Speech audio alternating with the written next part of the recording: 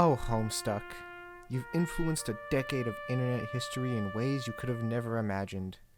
Your reach is nigh unfathomable, inadvertently creating communities that have far exceeded your own.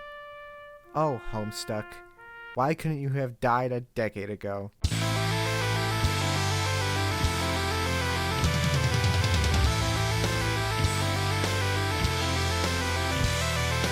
In case you haven't heard, everything has gone to shit. No one's happy anymore. But why? To the best of my abilities, here's the complicated series of events that transpired in such a short amount of time, it nearly killed a 16-year-old fandom. It starts on August 8th, 2025, except it doesn't. It starts on October 25th, 2019, except it doesn't. It starts on September 14th, 2017, except it doesn't. It starts on April 13th, 2016, for real this time. After 7 years, the Homestuck comic finally comes to a definitive end. And in layman's terms, most people kinda hated it. It was rushed, there were too many loose ends, it's lazy, you know, the works. So even though the story was over, the thirst for a continuation wasn't exactly quenched. But it was too bad. Everyone sucked it up and went on with their lives. Everyone except Andrew. Brewing in the background was a domino effect that continues to fall to this day, starting on September 14th, 2017, for real this time. It's announced that Andrew Hussie, and effectively Homestuck as a whole, have entered a strategic partnership with a company known as Viz Media. They do like anime shit or something, I don't know. The past work doesn't really matter. All that matters is that on the same day as this announcement, Homestuck.com was launched. This goddamn website would be the catalyst for almost every issue that came after it, and to explain all of that, I sort of had to explain Homestuck as an art form. The original Homestuck comic was initially hosted on a site called mspaintadventures.com, a site created by Andrew Hussie for their previous reader-influenced stories that were made prior to Homestuck. Now, the way Homestuck was presented on the site was very interactive, to say the least. There were several pages that had full-on Flash animated shorts embedded into the site, had clickable hyperlinks within the pages themselves, and entire playable minigames. Suffice it to say, Homestuck wasn't exactly a comic you could just pick up and read. Really needed the website itself for the full, authentic experience. And now, with the introduction of Homestuck.com, the idea was to create a streamlined reading experience for new readers now that the story had wrapped up. Sounds fine enough. MS Paint Adventures was an old site. A tune-up wasn't necessarily a bad idea. Only problem was that Homestuck.com was the tune down in nearly every way. This site is the biggest piece of shit ever web developed in the history of mankind. It has been 8 years, and this website has never worked. In fact, it's only been getting worse. Go to the homepage right now, and what do you see? Jack shit. The landing page of the site doesn't even function. All the other links for like merch and stuff, they lead nowhere. And worst of all, they completely butchered porting over the comic. Now obviously with the death of Flash, a 1-to-1 conversion wasn't possible, and to their credit they made sure to convert all the animations to HTML5 so they'd still work, but nearly everything else has been slowly decomposing with no sign of repair. This is supposed to be the bona fide official way to read this comic and it barely functions. Well, okay, that's a bummer, but I could just use the original site. Oh, never mind. They shut it down and made it redirect to the broken piece of shit. In one fell swoop, we went from, you gotta use this sort of archaic site to read it, but it's all there, to, you have to use this rotting disgrace of web design that doesn't even load any of the fucking pages. And don't even get me started on trying to read it on mobile, dear God. Now, this was all seen as a pretty huge blow to the accessibility of the comic, and overall, quite shit. But what happened next was the biggest blindside imaginable. Introducing Homestuck 2.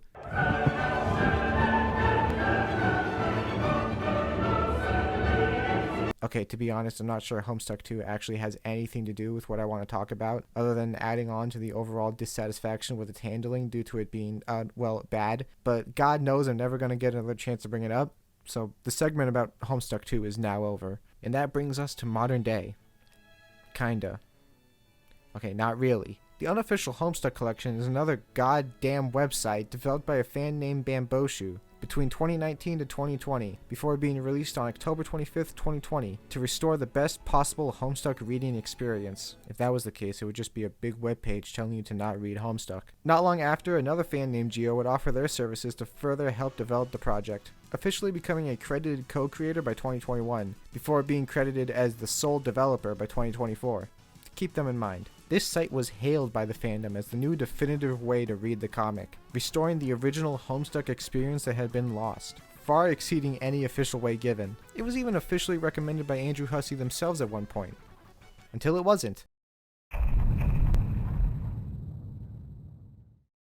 August 8th, 2025. Geo, by now the sole developer behind the unofficial Homestuck collection, releases a blog post revealing that ever since November of 2023, the unofficial collection had been the subject of a quote-unquote disastrously bad legal back and forth from Andrew Hussie and Homestuck that was not driven by copyright concern, community relations, or any healthy professionalism, but an unprofessional spite and demand for control on the part of Andrew Hussie.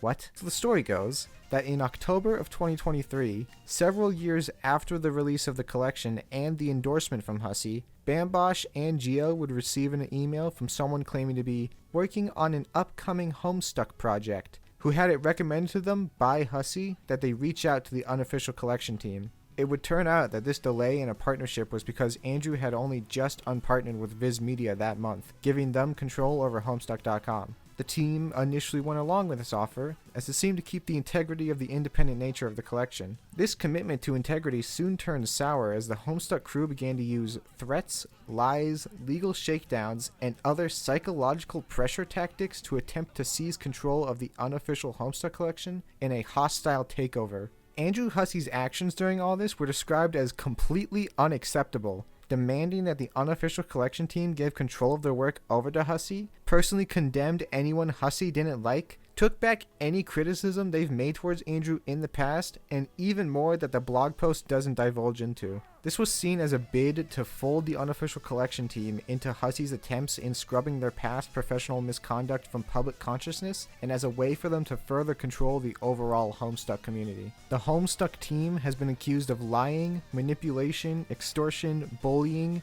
and using pressure tactics in order to gain control over the collection. Now, there's a little wrinkle in all of this that makes the fact that any conversation started in the first place a little strange. Andrew Hussie seems to fucking hate Geo with all their heart, going as far to say that they'd never have anything to do with him and implied he was a stalker and sex pest because he said Hive Swap was poorly handled. Oh shit, do I gotta explain Hive Swap? No, oh god, I don't have time to do that. No. So it really brings to question why Hussie would even start these discussions in the first place, because, not for nothing, but looking at their online track record, Andrew's not exactly known for being on their best behavior. The full blog post of the ordeal can be found in the description, which goes much more into Geo's personal view on the whole situation, but on August 8th of 2025, after literal years of back and forth, petty vitriol, and legal jargon I'm too stupid to understand, the unofficial Homestuck collection was struck down with a DMCA claim from Homestuck themselves. Now, the news of this takedown sent shockwaves through the community, rightfully causing quite a worried uproar. You gotta remember, this is long after the official Homestuck.com had deteriorated to the point that the pages of the comic don't even load anymore, and everyone had already converted to seeing the unofficial collection as the main way to read Homestuck. So from a casual perspective, seeing the headline, "Only way to read Homestuck permanently struck down by Andrew Hussie," would rightfully have you thinking that there was literally just no way to read Homestuck anymore. Everyone's been telling you to use this one method for years, and now it was just gone. Okay, well, except it wasn't. That's what has me a little confused about the whole thing. The collection is still up. Like, you can go download it right now. So when Geo says, "I am taking down the unofficial Homestuck collection's web presence at Homestuck's demand," and then it doesn't get taken down, I get a little confused as to what has actually changed. Because apparently, Hussie's allowing the GitHub repository of the collection to stay up, so the availability hasn't really changed all that much. It is stated that the unofficial collection team legally isn't allowed to continue their work, which is 100% a fucking awful thing to happen. The situation overall seems to be the most extreme case of a creator bending over backwards to eliminate any version of their work that doesn't align with how they want it to be perceived. It's a little late to be policing your fans now, don't you think, pal? What are you gonna do? You gonna go after Carcolicious next? From the fandom's perspective, Homestuck had reached its lowest point. No way to read the comic. A tyrannical creator smearing their image more and more each day. Homestuck 2. It couldn't get much worse from here. Alright, there's the setup. Punchline in 3, 2, 1. Yep, only 29 hours later, Homestuck the animated pilot was officially announced. Oh man, that sounds awesome. I wonder what studio is working on. This is going to breed the most obnoxious discourse imaginable for the next decade. I can't even begin to describe the mass hysteria that spawned from these two curveballs being thrown at a tired fandom barely a day apart. So here's just some of my favorites.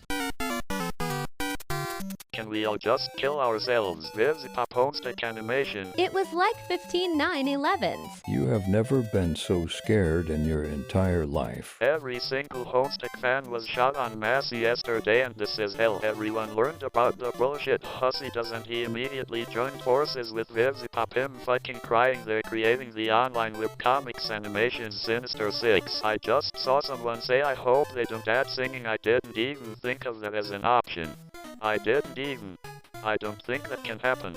They won't let that happen. Do you think this isn't ironically how people in front of the TV on September 11th, 2001 felt? Homestuck haters must be having a field day right now. They have so much material to work with, I cannot even blame them. Yay, our show is produced by Death Of. Whatever. You win this time. There's a what? Being produced by who? And who is voicing a character in it? Story Select. Homestuck animated pilot directed by Death Of announced today after Hussey cancelled the Homestuck unofficial collection. We really did die in 2016, and this is hell. They got people talking about Homestuck that ain't never talked about Homestuck before. The immediate whiplash of oh my god, an official Homestuck series to oh my god, it's her is the funniest fucking thing I've ever seen. My Twitter timeline hasn't been this confounded since they announced the cast for the Mario movie. Speaking of casting, huh? Whatever I said, Toby Fox is the least surprising name here. Okay, enough goofs and gaffs. How does the actual episode look based on this teaser?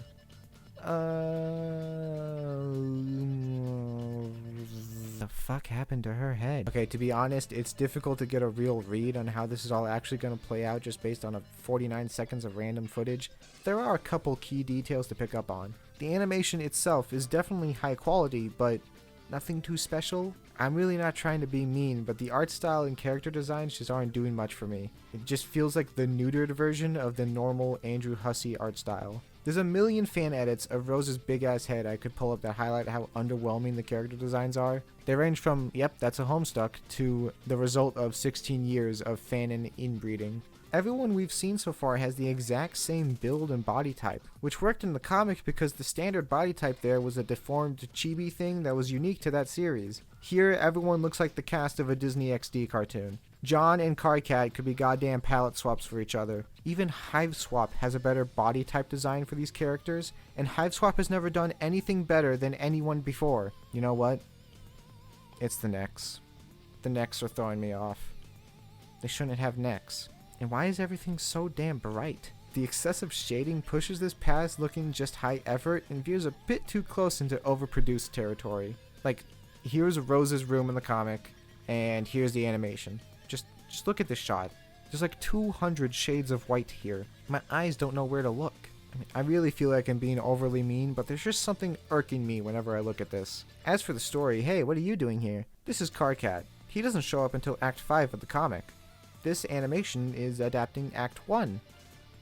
Or at least I thought it was. It's pretty clear Carcat's inclusion here is purely for marketing and branding. If he does have any presence in the actual episode, it's probably just going to be a small appearance or in some sort of opening sequence or post-credit scene. Still makes for an odd decision overall. Like, look at any of the disgusting ass merch and he's just there, hanging out, palling around.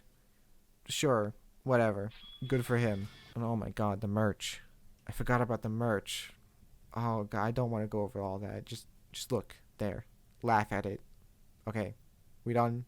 You got... Okay, there. Moving on. And believe it or not, there are some redeeming qualities to be appreciated here. I have enough faith in Toby Fox's familiarity with the character to believe that he'll be able to pull off a pretty damn good John. Just from the small hints we have, I can see him fully embodying the role, leading to a performance that feels true to the character. Jeremy Lee's Rose may sound like a Loud House character, but I can still hear the identity and attitude of her character forming. I got excited at the prospect of Toby Fox doing the music, but it turns out he just did the track in the trailer and isn't doing the actual episode, so we'll see how that turns out. Though, there has been one thing on my mind. With Karkat's much earlier appearance, and the general fact that Homestuck's identity and story is so tied to it being a webcomic in the first place, you don't think they're gonna pull a Scott Pilgrim Takes Off, do you? For those of you that don't know, Scott Pilgrim Takes Off is an animated adaptation of the graphic novel that started off as a faithful panel-to-panel translation before subverting expectations and completely flipping the original plot on its head. Is Hussey trying to redo Homestuck? Oh shit, it's baseless conspiracy time! With the burying of the unofficial collection and the decaying of Homestuck.com, I wouldn't put it past Hussey to try and push this animation as the definitive Homestuck. Restarting the story with full control from the start this time, reshuffling the story to better fit whatever new vision they got going on here. I'm probably way in over my head with all this, but I don't know. The timing is definitely oddly convenient, or it's just a coincidence. A really, really funny coincidence. But at the end of the day, this obviously isn't actually going to be the death of Homestuck. It's just that a serviceable enough retelling and evaluation of the unofficial Homestuck collection drama and also that 40-second Vivziepop animation doesn't exactly roll off the tongue as a video title. I mean, hell, in the middle of this video's production, they even announced that Homestuck.com should be getting refurbished soon. And with its influence, passionate fans, insane reach, and an undeniable title as one of the classic pillars of the internet, Homestuck will probably never die. Even though it definitely should have a long time ago.